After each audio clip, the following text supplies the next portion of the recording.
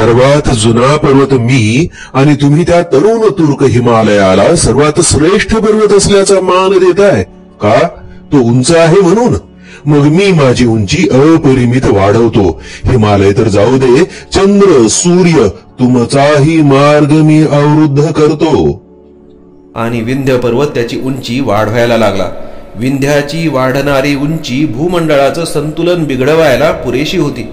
चंद्र सूर्य यांचा मार्ग अवरुद्ध झाल्याने अंधार युगाची धास्ती वाटायला लागली. भूतलावरील जीवसृष्टीच काय, देवता गणही चिंताग्रस्त झाले. यातून मार्ग काढणं तर आवश्यकच होतं.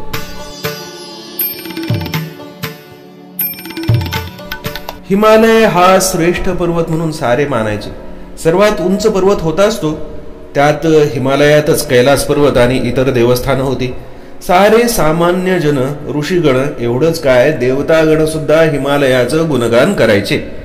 विंध्य पर्वताला हिमालयाचं हे कौतुक ऐकून खूप विषाद वाटायचा. खरं तर विंध्य हा हिमालयापेक्षा खूप पूर्वी जन्माला आलेला पर्वत. भारतीय भूखंड आफ्रिकेला जोडलेला असताना सुद्धा त्याचं अस्तित्व होतं. त्या मानाने हिमालय जेव्हा भारतीय भूखंड सरकत सरकत येऊन युरेशियन भूखंडाला धडकला तेव्हा त्या टकरीतून निर्माण झाला. म्हणजे विंध्याच्या मानाने पोरसौदा पर्वत. पण आज किती मान होता त्याला. सूर्य सुद्धा हिमालयातल्या मेरू पर्वताची परिक्रमा करायचा. आता हे विंध्य पर्वताच्या सहनशक्तीच्या पलीकडे गेलं. किती अपमान सहन करायचा एखाद्याने. तरीही मन थोडं शांत करीत विंध्य सूर्यदेवाला म्हणाला, हे तेजोनिधी, मला तुम्हाला एक विनंती करायची आहे. तुम्ही नियमित मेरू पर्वताची परिक्रमा करता. अशा गोष्टीमुळे त्याला, हिमालयाला तिन्ही लोकात फार सन्मानाचं स्थान आहे. तुम्ही माझी परिक्रमा करायची कृपा कराल तर मलाही मानाचं स्थान मिळेल जगात. सूर्याला विंध्य पर्वत करीत असलेल्या असूयेची गंमत वाटली. तो हसून म्हणाला, मित्रा, विश्वाच्या निर्मितीपासून माझा प्रदक्षिणा पथ ठरलेला आहे. त्यात असा कोणताही बदल करणं होणं संभवत नाही. तुला जे वाटते ना की मी मेरू पर्वताला विशेष मान देतोय तर हा तुझा गैरसमज आहे. मी त्याचा मान वाढावा म्हणून काही करत नाही. पण काय होतं, क्रोधात पहिला बळी विवेकाचा जातो. सूर्याने खरं ते आणि योग्य उत्तर दिलं होतं, पण त्याने विंध्य पर्वताच्या संतापात तेल ओतलं.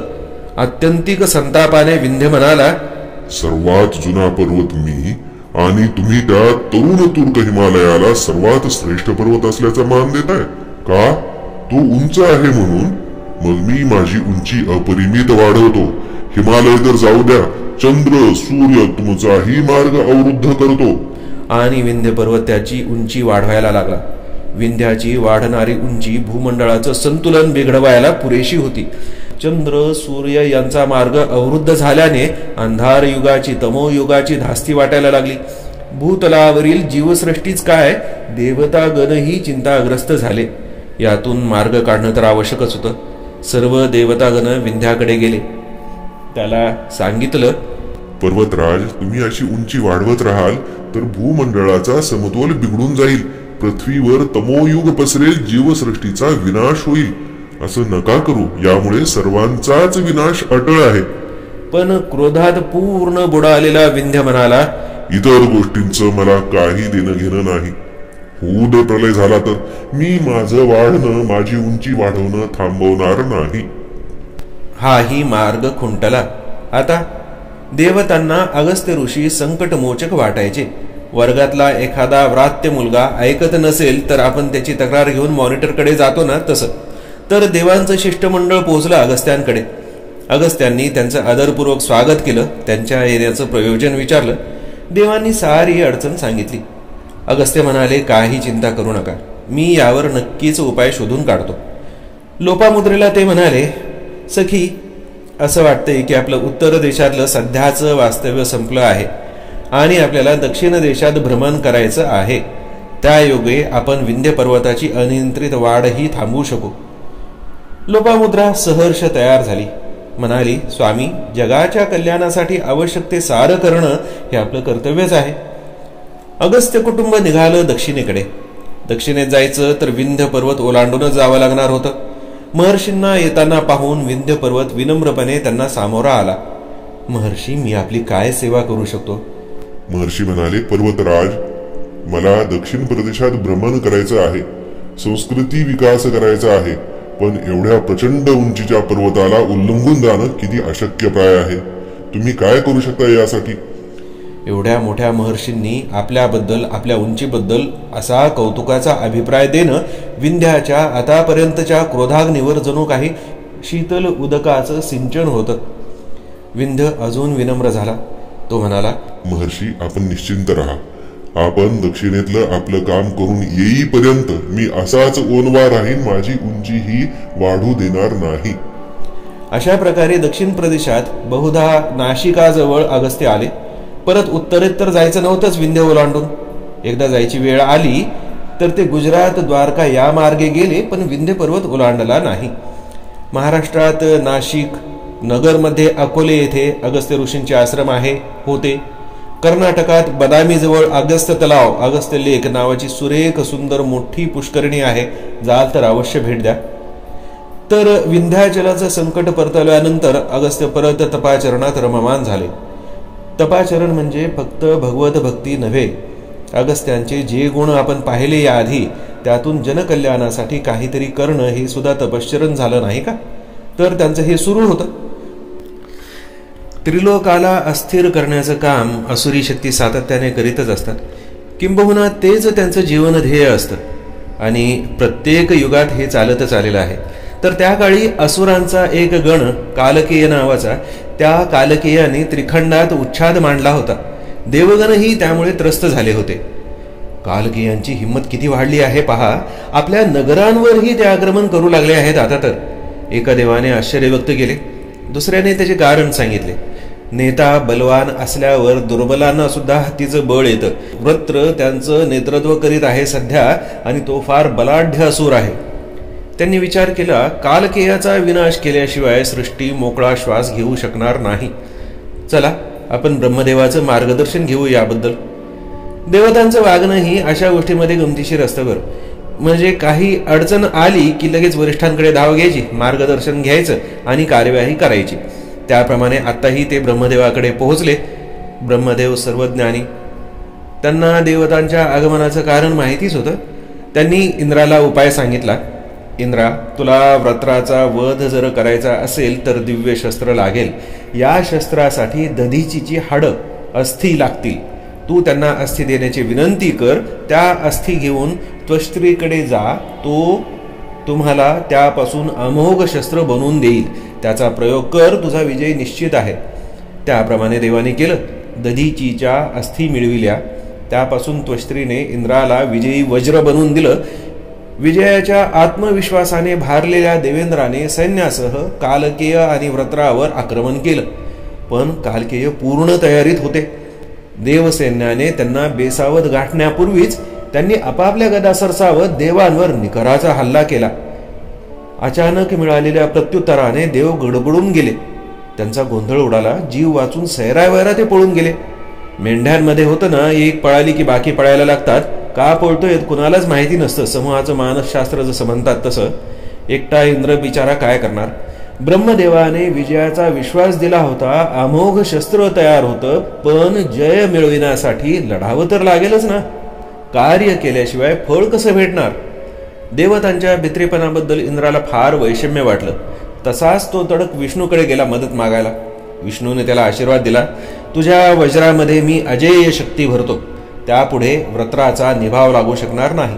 व्रत्रालाही याची जाणीव होतीच, पण पूर्वीच्या विजयाने तो मदोन्मत्त झाला होता. त्याने आव्हान दिलं, देवदानो या, तुम्हालाही माझ्या आसुरी शक्तींचा प्रसाद देतो. पुन्हा देव आणि कालकेयात युद्ध सुरू झालं. आपलं वज्र सरसावत इंद्राने व्रत्रावर जीवघेणा प्रहार केला. तो घाव व्रत्राच्या वर्मी लागला. क्षणात तो असुराधिपती मृत्युमुखी पडला. आता कालकेयांना जेव्हा दिसलं की त्यांचा नेता धारातीर्थी पडला आहे, ते सैरभैर झाले. वाट फुटेल तिकडे जीव वाचविण्यासाठी पळू लागले. देवतांनीही त्यांचा शेवटपर्यंत पाठलाग केला, पण देवांची नजर चुकून ते खोल समुद्रात लपून बसले. सर्व कालकेय गायब झाले. त्यांचा नेता ठार झाला. एकदाचा देवानी सुटकेचा निश्वास टाकला आणि विजयोत्सव साजरा केला. कालकेय पराभूत होऊन समुद्रात लपून बसले होते, पण त्यांनी धीर सोडला नव्हता. समुद्रात त्यांनी आपलं एक नगर वसवलं होतं. असुरांचं जीवन ध्येय म्हणजे सुरांचा नाश, त्याशिवाय ते राहणार तरी कसे. त्यांनी विचार केला, भूलोकीचे जे सज्जन पापभिरू जन आहेत त्यांना आपण ठार करू, स्त्रियांचं हरण करू, पुन्हा आपली दहशत पसरवू. दुसरा म्हणाला, होय, पण हे आपल्याला रात्रीच्या अंधारात करावं लागेल, म्हणजे कोणी आपल्याला शोधू शकणार नाही आणि अज्ञाताची भीतीही राहील. आपलं शुभस्य शीघ्रम असतं तसं त्यांचं अशुभस्य शीघ्रम झालं. लगेच त्यांनी आपली योजना अंमलात आणायला सुरुवात केली. सभ्य स्त्री पुरुष साधू सज्जन कुणाचाही ते रात्रीच्या अंधारात खून करायला लागले, बळी घ्यायला लागले. पृथ्वीवरचे महापराक्रमी योद्धे देवता या खुन्यांच्या शोधासाठी त्यांनी सारं जग ढुंडाळलं, पण कुणीच सापडेना. हे दुष्ट कुठे बरे अदृश्य होत असतील. हे कोडं घेऊन परत ते विष्णूकडे गेले.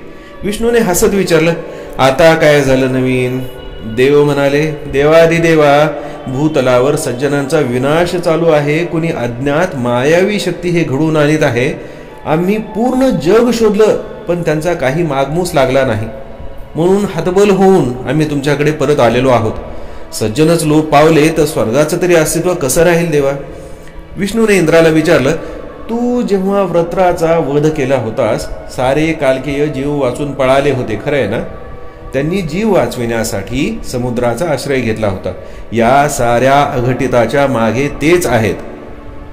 पण देवा, त्यांना समुद्रातून बाहेर काढल्याशिवाय त्यांचा अंत तरी कसा करणार? आता आम्ही काय करावं देवा? तुम्ही कुणी असा पराक्रमी शोधा जो समुद्राला आटवून टाकू शकेल. पण असं करण्याची अफाट क्षमता कुणामध्ये असेल बरं? अरे विचार काय करताय? अगस्त्य ऋषींशिवाय दुसरं कोण हे करू शकणार?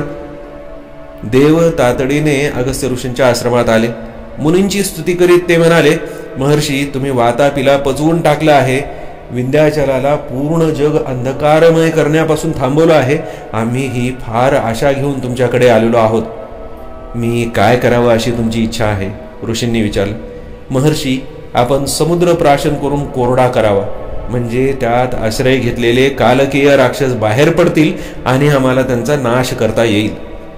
ठीक आहे, जगाच्या कल्याणासाठी मला काही करायची संधी मिळाली तर मी ते नक्की करेन.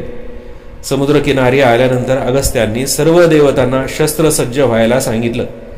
अगस्त्य ऋषींनी समुद्र प्राशन करायला सुरुवात केली आणि एका आचमनातच पूर्ण समुद्र पिऊन टाकला.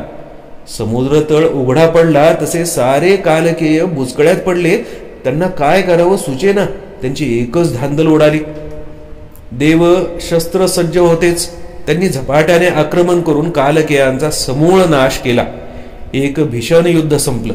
दुष्ट शक्तींचा भूतलावरून विनाश झाला. देवतांनी एकच आनंदोत्सव साजरा केला. अगस्त्य ऋषींनी देवांना आशीर्वाद देत त्यांचा निरोप घेतला.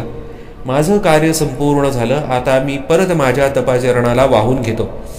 अशा तऱ्हेने मित्र व अरुणीचा पुत्र अगस्त्यांनी दुष्ट शक्तींचा विनाश घडवून सज्जनांचं रक्षण केलं.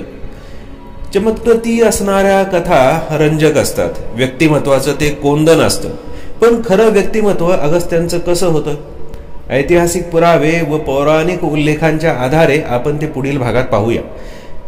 मित्रांनो, या प्रयत्नाला तुमची साथ असणं प्रोत्साहन देईल आणि हे ज्ञान, ही माहिती पुढच्या पिढीपर्यंत पोहोचवणं आपलं कर्तव्य आहे. निवेदनाचं स्वरूप, विषय, उद्देश, सादरीकरण आवडलं असेल किंवा त्याबद्दल तुम्हाला काही सूचना द्यायच्या असतील तर कॉमेंट बॉक्समध्ये नक्की कॉमेंट करा आणि नक्कीच शेअर करा, लाईक करा आणि सबस्क्राईब करायला विसरू नका. धन्यवाद.